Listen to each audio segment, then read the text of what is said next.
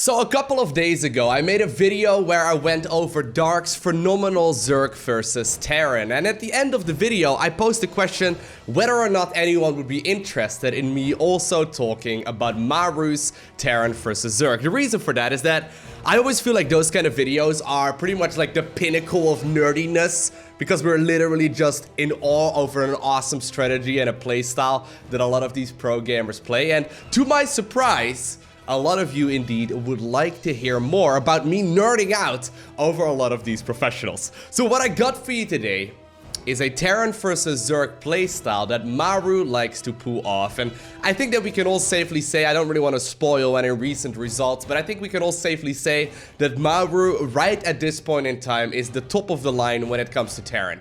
I don't think there's anyone really better than him right now. Obviously, there are some great Terran players out there. In particular, someone like Innovation comes to mind, but he hasn't really shown as dominant of a performance as of late. Whereas Maru, I mean, right now he's in the GSL finals. The man is an absolute legend already. He's been around for years, and he seems to just simply be getting better and better and better. So what I got for you today are 3 games of Terran versus Zerg that Maru has played recently. I believe actually all of these, all 3 of these games were played during the WESG, a massive tournament where Maru, spoiler alert, ended up winning $200,000 as he took home the victory of that event. Anyway, so I think there's one key word that really describes Maru's Terran versus Zerg, and I think it is momentum. Here's what he does continuously, and you will notice this out of all of the 3 games that I'm going to be showing you today. In every single one of the matches, he gains a small advantage in the earlier stages of the game, or sometimes a little bit later on into the game, and then he runs away with the victory. He is extremely good at microing at several different places at once. Sometimes we'll see him drop at like 2, 3, sometimes even 4 angles at once while macroing, while also pushing with his main army. It gets a little bit crazy, and Maru, he gains a small lead in the earlier stages of the game, and then he starts running away by chipping away at your economy. Now, I know a lot of you mentioned that you may not necessarily like it very much when I speed up the replay a little bit, but the thing is, otherwise this video is gonna be like an hour long.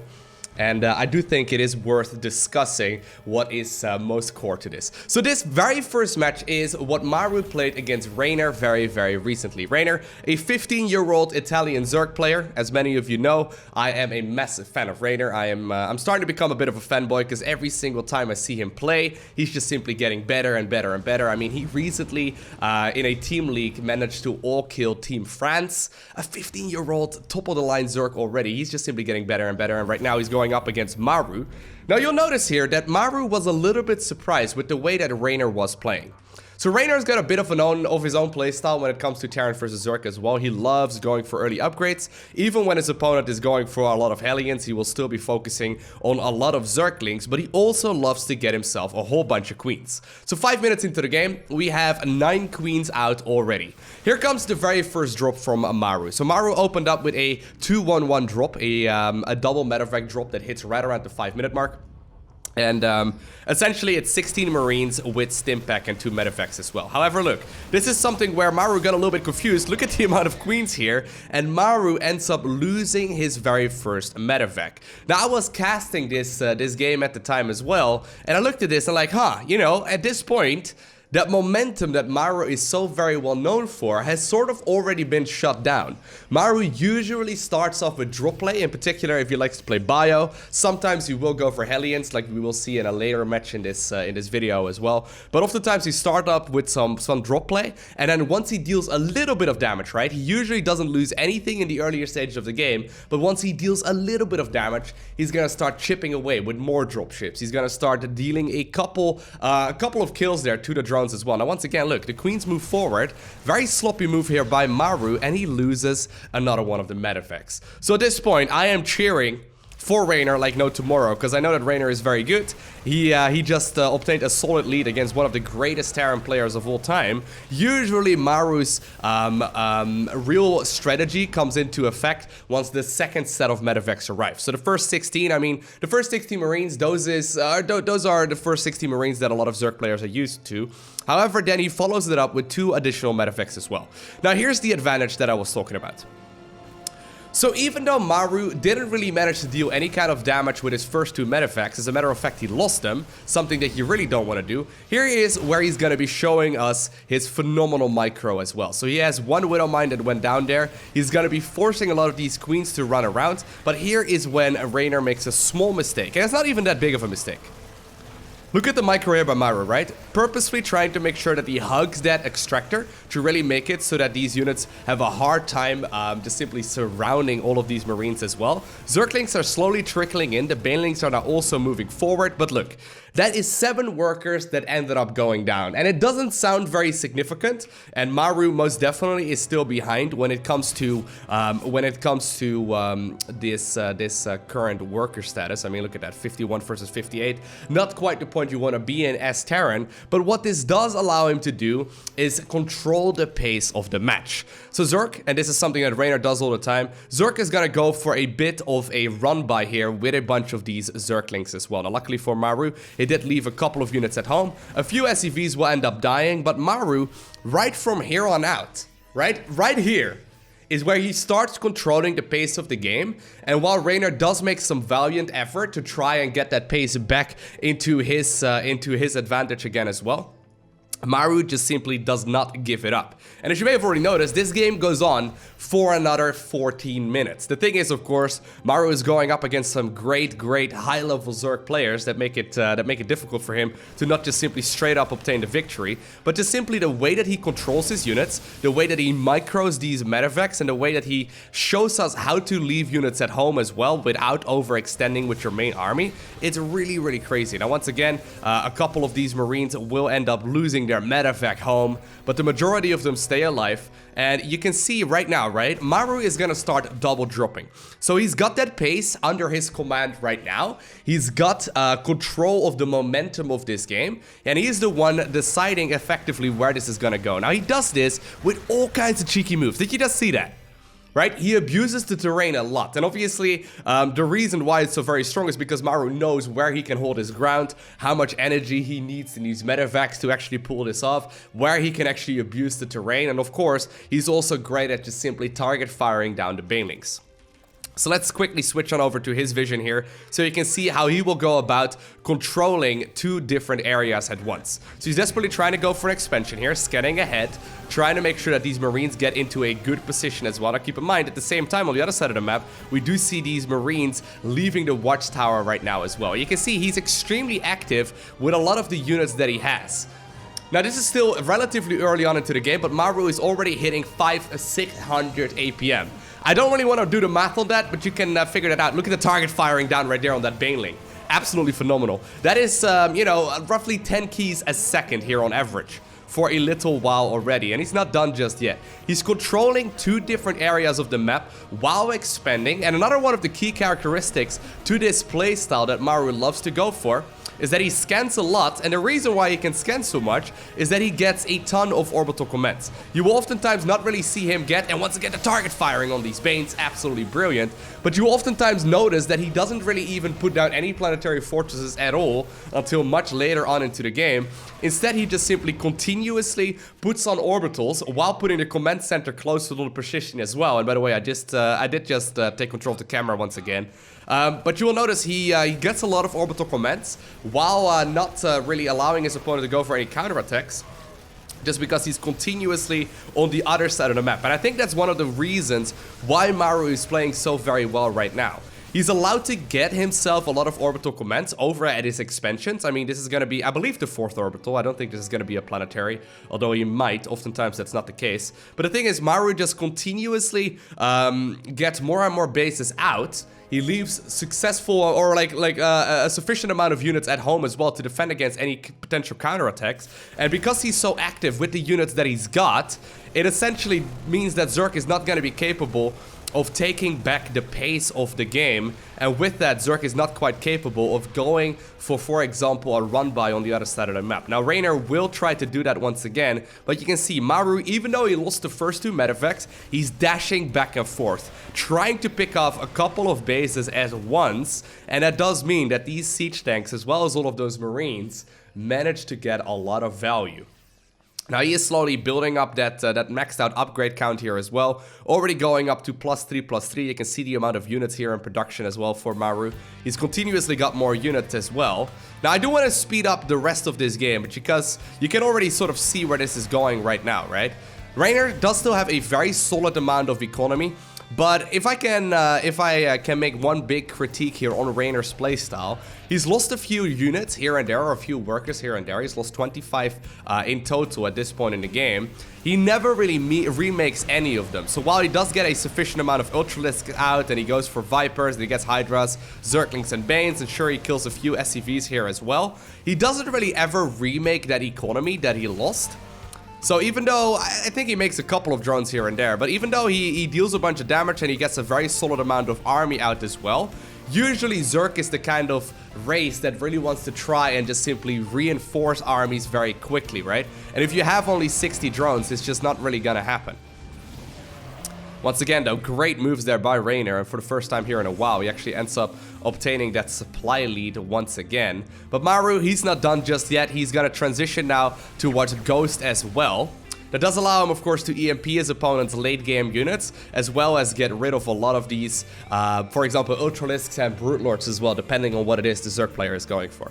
So essentially what happens in a lot of the games that we watch Maru play, he obtains a small lead in the earlier stages of the match, then he starts dropping like no tomorrow, and eventually, with that momentum build up, he's gonna be capable of dealing the crippling blow. Now, oftentimes against some of the top-of-the-line Zergs, like for example right here, it's gonna take him a long time to get to that point. Lovely little move actually right there by Raynor as well. But you may have already noticed, while the Zerg is counterattacking here continuously as well, he is still active with a lot of these dropships on the map as well. So we see dropships taking care of, I guess, Marines and Marauders, right? Taking care of a base here near the north. And at the same time, a small group of Marines and Marauders are taking out a base near the south. There's that Ultralisk cavern that just ended up going down as well. And it's just little bits and pieces that are being chipped away that allows Maru to eventually overpower his opponent. Because remember, right? Even though Raynor ended up killing the first 2 medevacs, Maru ended up killing about 7 drones or so with the 2 follow-up medevacs after that as well. Ever since that point, he has been the one that gets to decide the pace of this game. Ever since that very moment, he's been the one to decide where engagements take place, where the fights will actually happen, how the Zerg is gonna be allowed to maneuver around the map. And he sort of plays Terran in a very like Zerg-esque way, where he's just simply swarming the map with more and more Marines, Marauders, and then also eventually a lot of these Ghosts.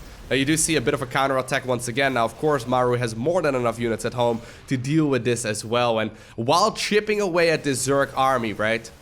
And actually, Raynor has done a great job here as well, just simply trying to reduce the economy here of the Terran player. But while Maru was chipping away at a lot of these units, he's just simply obtained a very nice lead when it comes to the supply count. Now at this point, Raynor is on his last leg. He's gonna be able to make a last-ditch effort, but Maru, microing like an absolute champion, shows us what he is made of, and he will be able to, after playing a very solid game here, other than the first 2 medevac snipes, right? He will be able to obtain a victory in a very well-fought game. Now, even though this was a 22-minute long match, right? It's an extremely well-fought match by both players. Remember when StarCraft 2 was literally just both players sitting back for 20 minutes, making one big army and then clashing once? And maybe, sure, we would see a dropship moving out as well with the main army around the same time.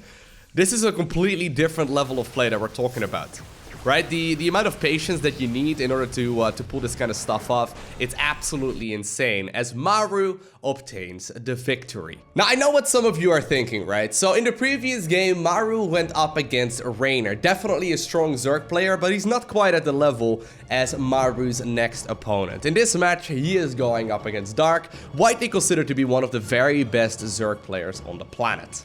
This is actually a match from the grand finals as well, of course. Like I mentioned, I already showed a game of Dark going up against Maru on Backwater. In case you're interested in that one, I'll post a link to this one, to that video rather, down below in the description of this video. Now, even though Maru decides to go for the same strategy in this particular match, he once again tries to establish that momentum-focused playstyle. He does play a bit of a different build order. So rather than going for the 16 Marine drop versus Dark, he decides to go for the much more standard, at the very least currently standard in the current meta, 1-1-1 kind of style. So we've seen one barracks here, then the follow-up with the command center on the low ground here as well.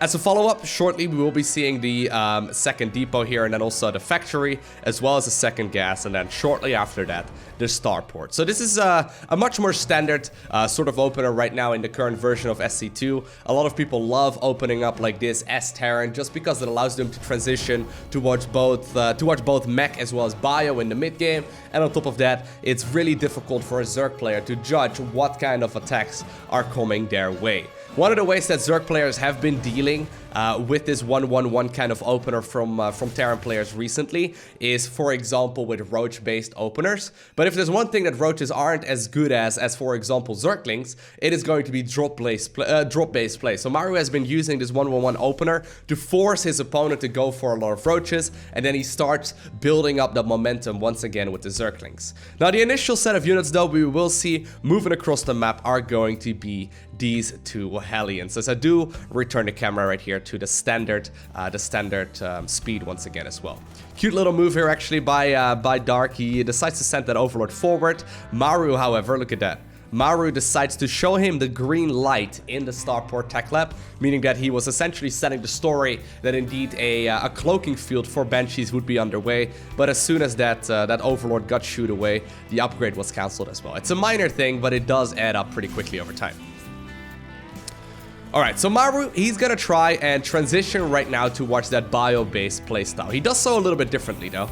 So with the 1-1-1 style, you can indeed get yourself the third command center out quite a bit faster, and we now already see that one underway. I don't really know exactly why it is that Maru decides to go for this style over the other one. It seems like he does against all of the Korean Zergs that I've seen him play against, right? Against like the top of the line players. I've seen him mostly open up 1-1-1, so one barracks, one factory, one starport with a quick third command center. Whereas against a lot of foreigners, he likes to go for the 16 Marine drop instead.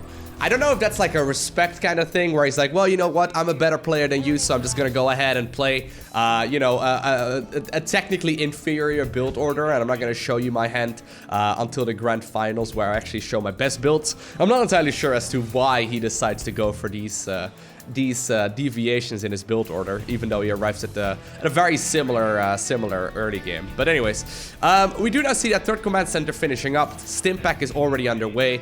A little bit of shoveling there as well, with of course those barracks. But look, here's what we got. This game ends in about 6 minutes from now. And even though nothing has really happened up to this point, let's see how Maru once again manages to establish that momentum. Because at this point, Dark is looking solid, right? Dark hasn't really lost anything in particular. I think he did lose like 1 or 2 creep tumors at this point in the game. But up to this moment, there's really not been any losses here from our Zerg player whatsoever. And he's gonna continue having no losses until a little while later. So the third command center does get established here as well for Maru. He's going to be capable of getting himself a lot more economy with this as well. Zerg roughly knows what is going on here as well, as Dark did end up scouting the top of the ramp, so he knows exactly what it is he is going up against. And right now, Dark is already transitioning towards that 1-1 style, so no Roach Warren shenanigans here for Dark, but he does have the Hydralink Bane style coming up here, and this is the reason why Bio sort of fell out of fashion for a while. Zerg players just simply got extremely good at dealing with these kinds of harassment. So here we go. The first medevacs are now moving across the map, and while this is all going on, a couple of Banelings do manage to make their way towards the mineral line. Very nicely done actually right there, so that's 7 workers that ended up going down, and Dark ends up deflecting this first push as well. However, there's still a little bit of harassment here on this Liberator. It ended up killing 4 drones there in total. And while, of course, Zerg always has to make the choice if you want to make workers or you want to make army, at this point, Maru can make both at the exact same time. I guess Zerg technically could go ahead and do that as well, but it's very uncommon for a Zerg to make both the drones as well as army. Once again though, up to this point in the game, it's looking very solid here for Maru. Or rather for Dark. He hasn't really lost anything critical. However, once again, remember that map abusal that we saw in the previous game as well, where Maru got so much value out of the watchtowers? Well, on this map, for a Zerg player in particular, it's very hard to establish a fourth base. So one thing that I do want to mention before we look at this engagement, one of the things that Maru has been doing extremely well is doing pushes through the northern end of the map. What he does essentially is put siege tanks right over here on the high ground, then he drops marines off over here, he drops marines off over there, and he starts nibbling away at the potential fourth base here of a Zerg player. And as soon as reinforcements of the Zerg come in, he backs up into the line of fire there of the tanks. Well, the same can be done right here near the southern end of the map, and I like the fact that Dark took the base over here, but he doesn't quite have any kind of high ground vision, and this is where Maru obtains that very small advantage. Now Zerg will be able to deflect a bunch of these units here as well. He's doing a great job doing exactly that, but the reinforcing marines are already coming up. The base has been dealt with already, you know, about, I would say 60% of the way. Reinforcements for Maru have arrived, and once again, he's sending units out at a perfect time, even though he's leaving his base is completely vulnerable there. But Maru obtains a small lead here.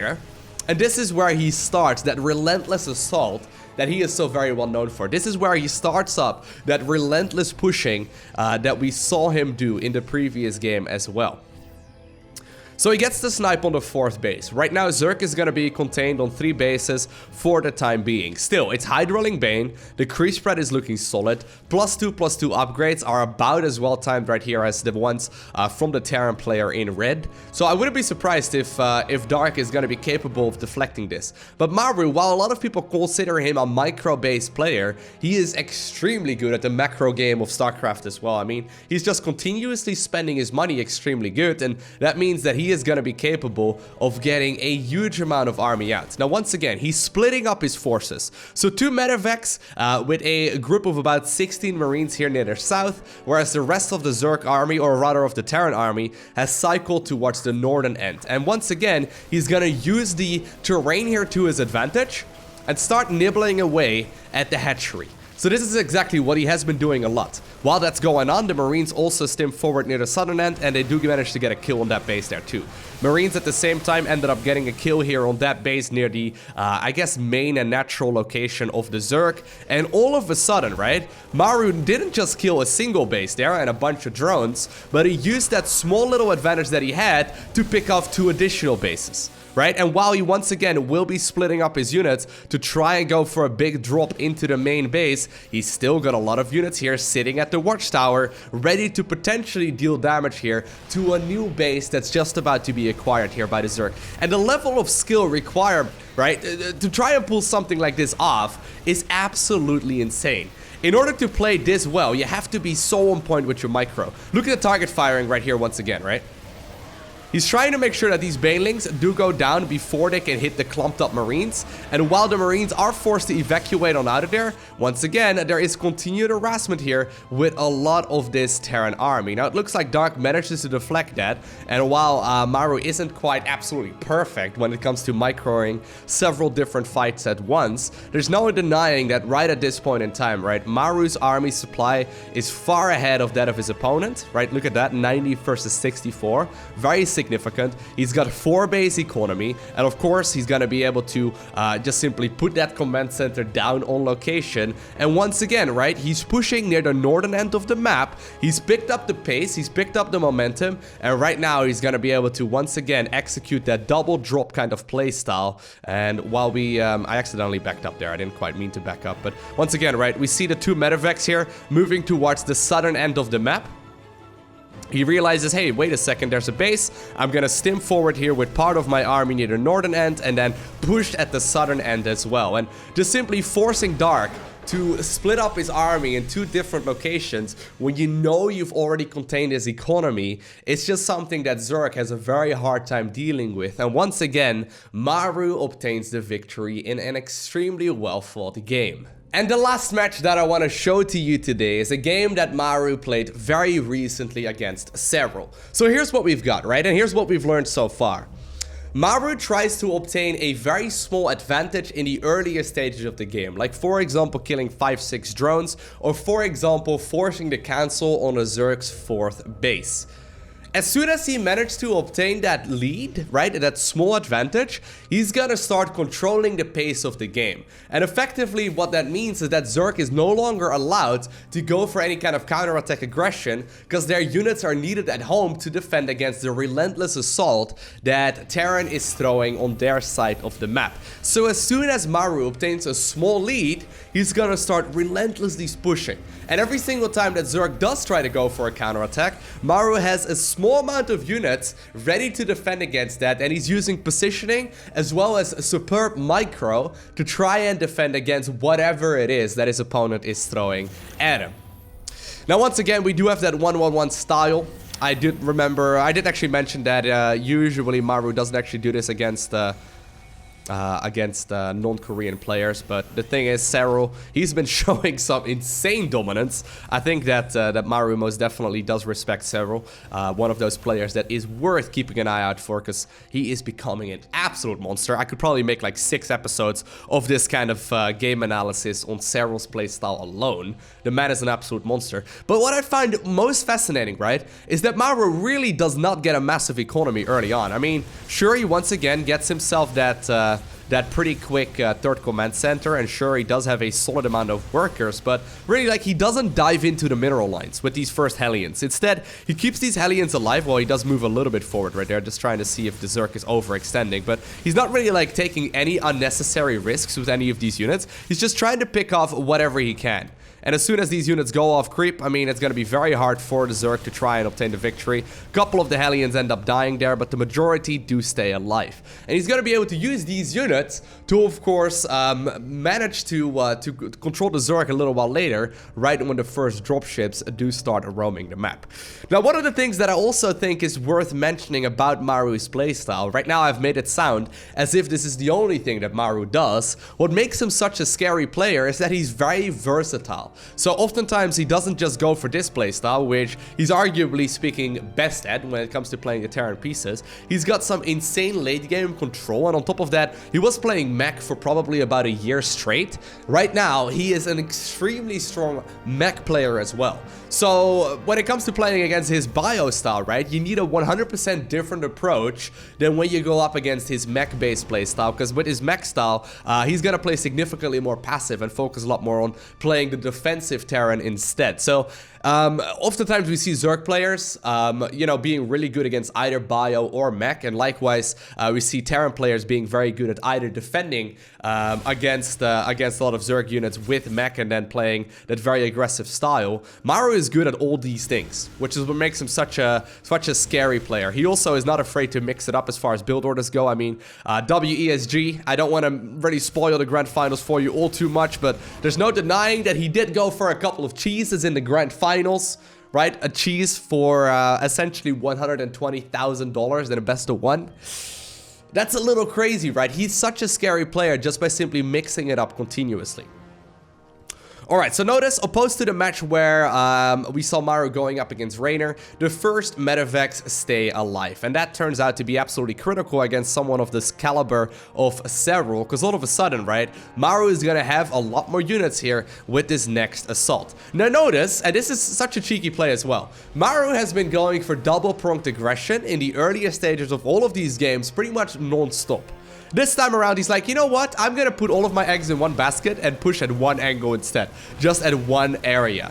And it's such a cheeky move, because already while this was going on, a lot of defenses were created inside of the main base here of Serral. Serral was splitting off a bunch of his units to try and go for a run-by, just to try and see if he can pull this Terran player apart. This time around, Maru is gonna make it look as if he's not good enough to split up his units and just simply go for a big push. Now, once again, look at this micro, right? This is in real time. I think that pretty much every single Terran player here would have lost all of their units. Now, Maru still ends up losing the majority of it, but there's no denying that micro there made it so that he killed so much more Zerg there than a regular Terran player would, and it allows him to bring some of these units and once again kill a couple of these tumors back home as well. So he picks up the 4th base here of the Zerg player, and while Serral still has the superior economy, once again, right, this is where the double drop play starts happening. 2 medevacs are headed to the main, the leftover units are still hanging out here in this corner as well, and this is one of these angles where you really don't want to fight if you are a Terran player. Look at the micro, picking up the weakened Marines, healing up all of his troops, while microing the fight here inside of the main base of the Zerg as well. Not overextending. Now realize there is a siege tank on the low ground as well, and once again with this very small group of units, right, that stayed alive after Zerg went for the massive surround in this area when the fort was first under attack. He's managed to actually kill another base with those same units as well. Now eventually Serral manages to clean it up, but there's no denying that Maru is once again the one that is in control of the pace of this game. And I really think that's the key characteristic right here of his bio-based style. He's the one that decides what the Zerg player is going for. Because look, sure, the fight in the main base was deflected. A few Marines are staying alive and they kill a few drones once again. Look, there's a 4th base coming up right now for Maru, putting it right in the center of the map. This is such an easy base to kill, but it just means that Serral doesn't really have the momentum behind him right now to split off a couple of units and make short work of that command center. I think just simply seeing this shows the level of play that Maru has arrived at. This is just showing a level of confidence that is unprecedented at this point in StarCraft. I don't think any players are really capable of making that happen, right? Because why would you not just make it over there and just fly it over? Is it really worth the risk? Well, apparently it is. Now, once again, a couple of Marines stimming on both sides. Maru is sitting here on the creep, reinforcing once again the center of the map as well, while dropping the back of Serral's natural here too. And he's also really good. Like, I feel like I'm really fanboying over Maru, but I think it's more than justified. He's also very good at judging the scenario, right? So rather than pushing forward there, knowing that he's likely gonna get surrounded, instead, he's just simply gone back and he's moving his army once again back home through the left-hand side of the map, while pushing in the center instead. It's such a small thing, but I think a lot of Terran players there would have been trying to play like the Maru-esque style, and they would have lost all their units here, right on that high ground. Maru is the one that gets to control the pace of the game, and while he is sort of giving up the momentum here a little bit, right, and he's like loosening his grip just a little bit, there's no denying that he is still the one that gets to decide where this game is headed. It's these little pickoffs though that are really sick. You see that movement there as well? I'm gonna go back for just a little bit, right? Look at this. So he sees a small group of Zerglings, or a rather large group actually of Zerglings, moving on the left-hand side of the map. This is what he sees. So he moves this army back up on that ramp, and the other one up on this ramp already. It is so easy as a Terran player to just simply box your army and be like, attack move over here, right? Whereas obviously if the Zerglings run up the ramp, you have vulnerability in both your 3rd base as well as your natural. It's small moves like this that really allow Maru to be in a much more dominant position. At the same time, by the way, Zerglings were moving there as well, so Maru was handling several fights while that was all going on. So momentum has sort of been given up at this point, but Maru has still got that supply lead. He's got the 4th base. He's still got control of the middle. He's still got the creep spread control here as well, and he's still handling drops at the same time as well as Liberator play while this is all going on. And here's where the main army of Maru starts shoving forward. So sure, the drops do get cleaned up here. It forces a lot of that Zerg army to be split up here as well. Once again, perfect target firing down on these Banelings, right? Once again, really preventing these Banes from dealing any kind of critical damage. And while Maru's army once again will be deflected, because Serral is an extremely strong Zerg player, against weaker players he would have won right here. While once again his army does get deflected, he's still got so much more production and he's still got so much more army here than his opponent. Still though, I have to hand it to Serral right here as well, right? Serral's done a great job. Opposed to, for example, Raynor, where we didn't really see any additional workers coming out in a little while. And eventually, Raynor was sitting on like 35 or so drones. Serral has done a great job continuously building up that count, but right now Serral's gonna make a grave error as he pushes through the center of the map, trying to get that value, but the Marines and the Marauders are being microed backwards. And all of a sudden, Maru once again obtains a very solid advantage, or I would say an additional advantage. Now, truth be told, the momentum has sort of been shut down right now, right? And that's mostly just Serral being extremely good.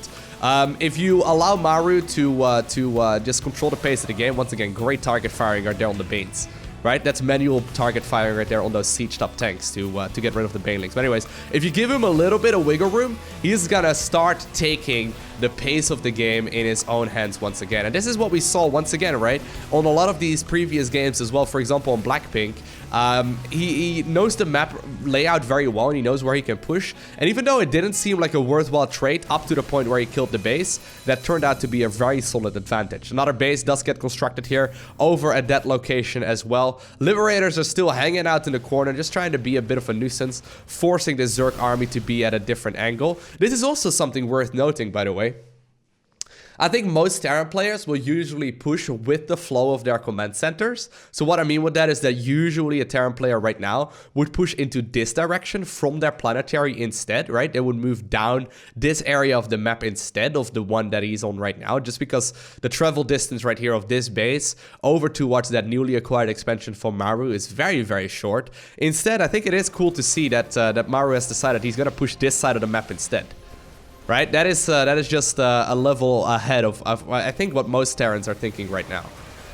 It's really cool to see. Now once again, great push here by Serral. He manages to deal a lot of damage here, but eventually blinding clouds do run out. Reinforcing Terran units are on the perimeter again. The Banelings are now taken care of as well, and a few Hydras get picked off. And Maru eventually overpowers his opponents while just simply controlling the pace of the game.